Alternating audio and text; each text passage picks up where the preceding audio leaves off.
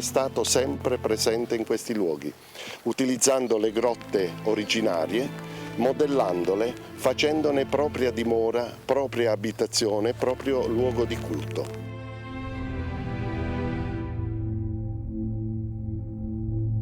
Vi jobbar här helt enkelt dag ut och dag in, varje minut om året.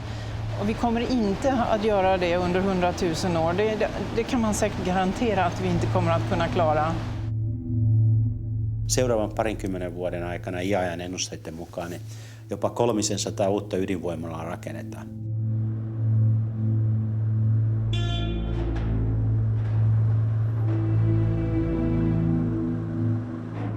Kennt die Geschichte, die Formationen hier sind über 200 Millionen Jahre alt. Aber bevor man ein Endlager einrichtet, muss man eben die Langzeitsicherheit nachweisen.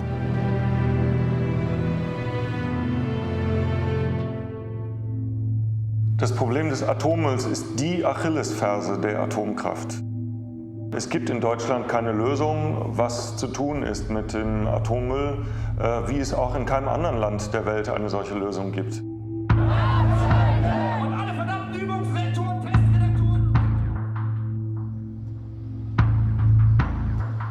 Maailmalla on monta sataa ydinvoimalaitosta tällä hetkellä, joiden käytetyn polttoaineen loppusijoitusasia ei ole ratkaistu, ja niihin kaikkiin tulee löytymään varmasti hyvä ratkaisu.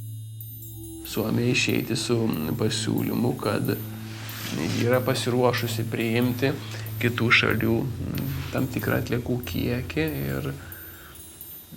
ir tikrai tai būtų labai nuostabi žinia. In questi luoghi c'è una continuità di vita che si esprime dal Paleolitico ai giorni nostri, di circa 100.000 anni fa.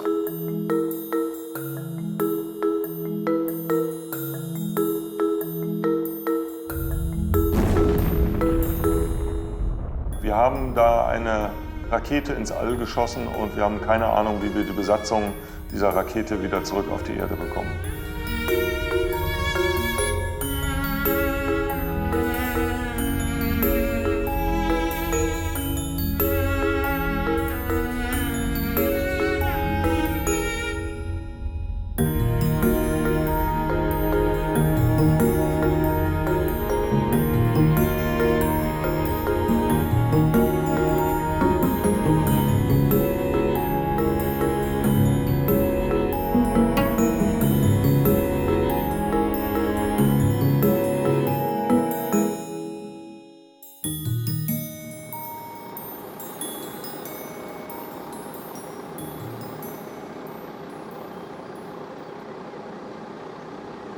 Alltså den svenska kärnkraften kommer att ge upphov till 12 000 ton, räknar man med. Det fungerar så att vi kyler det använda kärnbränslet med vatten kontinuerligt.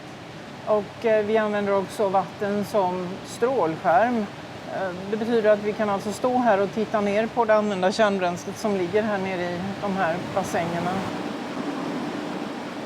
Vad skulle hända om teoretiskt vi tänker att vi tar en sån element och lyfter upp och vi står här? Inte bra. Vi skulle utsättas för en dödlig dos radioaktivitet. Så enkelt är det nog.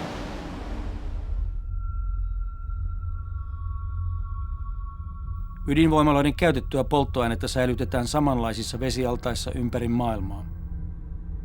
Noin 250 000 tonnia tappavan radioaktiivista ainetta veden alla ydinvoimaloiden alueella kaikkialla.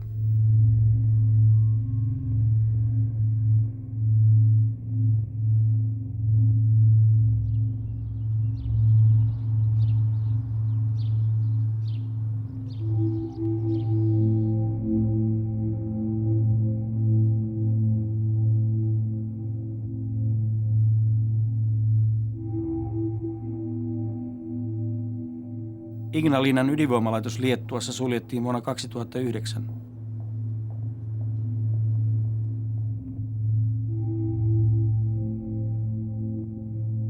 Voimalassa on yhä noin 2000 työntekijää ja määrä pysyy samana vielä seuraavat 10 vuotta.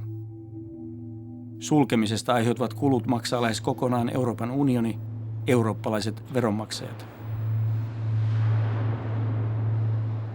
Lietuva įsipareigojo sustabdyti atominę elektrinę stojant į Europos Sąjungą.